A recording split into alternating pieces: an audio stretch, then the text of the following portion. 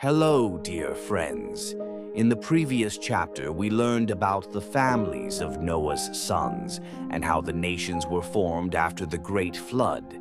Now, in Genesis chapter 11, we see how humanity, united by one language, comes together to build a great city and a mighty tower reaching up to the heavens. But their pride and desire for fame lead them away from God's will. So the Lord confuses their language and scatters them across the earth, reminding us that true unity comes only through obedience to Him. Let's listen carefully to this chapter and discover how God's wisdom humbles human pride and directs us back to His divine purpose. And the whole earth was of one language and of one speech.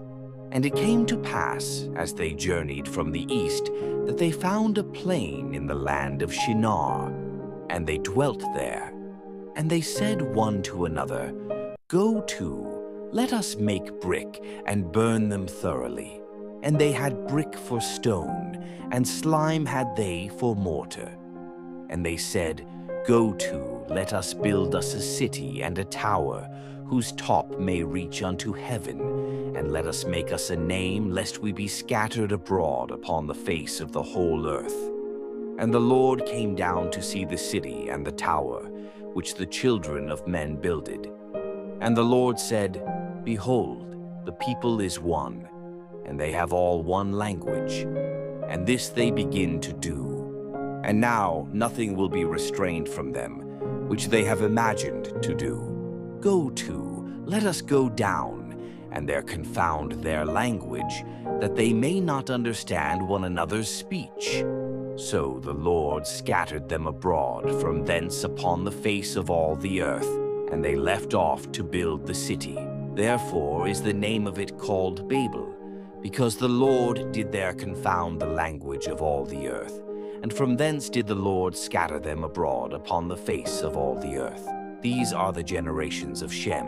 Shem was 100 years old, and begat Arphaxad 2 years after the flood. And Shem lived after he begat Arphaxad 500 years, and begat sons and daughters. And Arphaxad lived 53 years, and begat Salah. And Arphaxad lived after he begat Salah 403 years, and begat sons and daughters.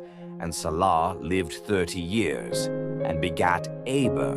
And Salah lived after he begat Eber 403 years, and begat sons and daughters. And Eber lived 34 years, and begat Peleg.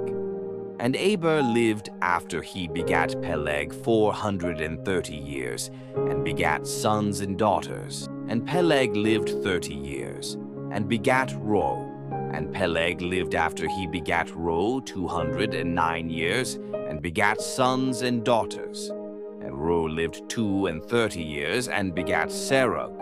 And Ru lived after he begat Serug 207 years, and begat sons and daughters. And Serug lived 30 years, and begat Nahor.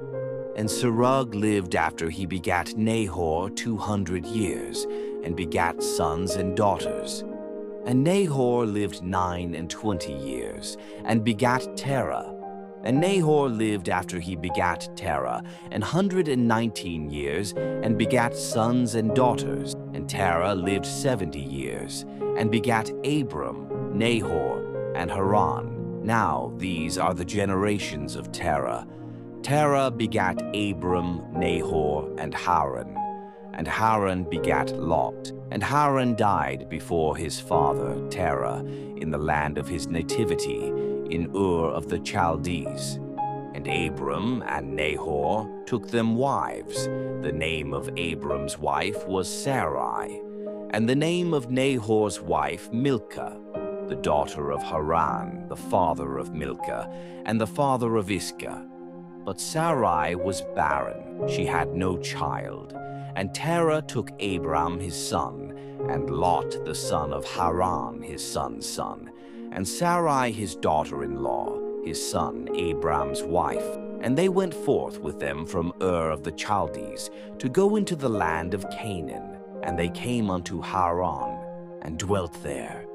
And the days of Terah were 205 years, and Terah died in Haran. Thank you, dear friends, for listening to Genesis chapter 11, the story of the Tower of Babel. This chapter reminds us that human pride leads to confusion, but obedience brings unity and blessing. When people tried to build a tower to reach heaven, God showed them that true greatness comes only from Him.